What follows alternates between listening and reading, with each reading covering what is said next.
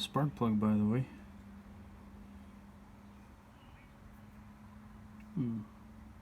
Should be alright, eh? Clean it up. Should be alright. Regap it.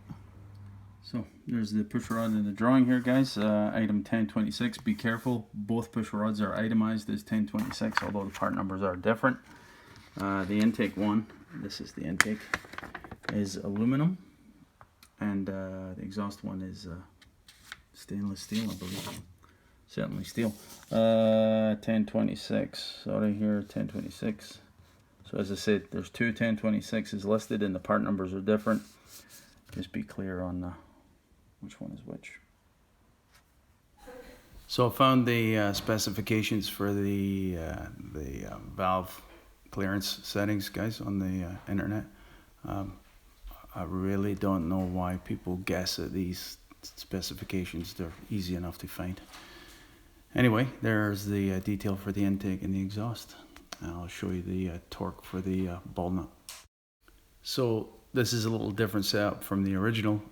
It's basically got a torque set screw in the middle of the ball, and there's the specification.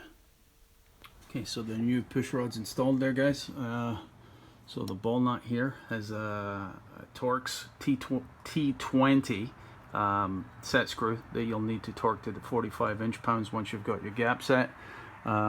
Make sure they're unloaded, of course, on the compression stroke. Find top dead center, however you want to do it. This was close enough for me, just as it reaches its max travel. And then they should be unloaded, and set your gap accordingly. So you'll need feeler gauges. Don't be fooled by that. They're actually doubled up. So a good get in the middle of the range. 4 thou for the intake, and 6 thou for the exhaust. Right? You just want that a bit of drag. You know the story. As I said, T20 to set the set screw, and the ball nut itself is 5/8.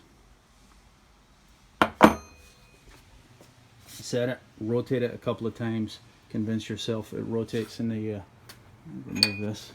It rotates in a clockwise direction, by the way, guys. So you watch the valves. That's exhaust. So intake, compression, that's where you want to be, top dead center. Power, exhaust. So intake, you can tell the exhaust is lined up with the exhaust, and the intake casting actually comes down at an angle to the intake valve. 180 inch-pounds on the plug for the ultra obsessive. Right, engine's all mounted, wiring harness is all hooked up.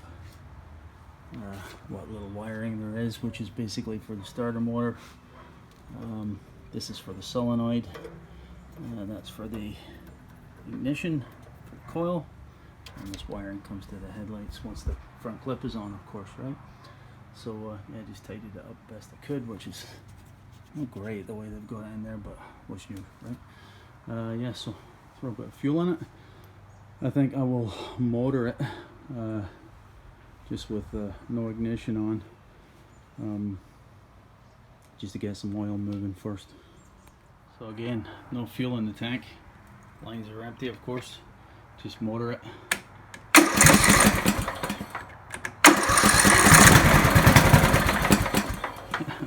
I guess there's some residual fuel in the bowl.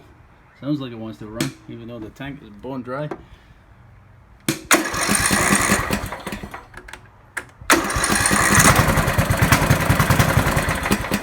Yeah, there's definitely some residual fuel in the bowl.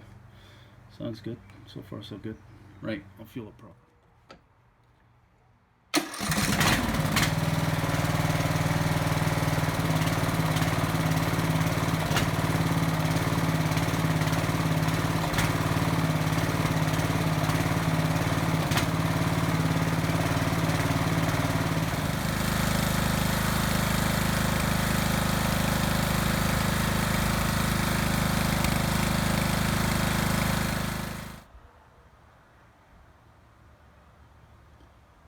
Thanks for watching, boys.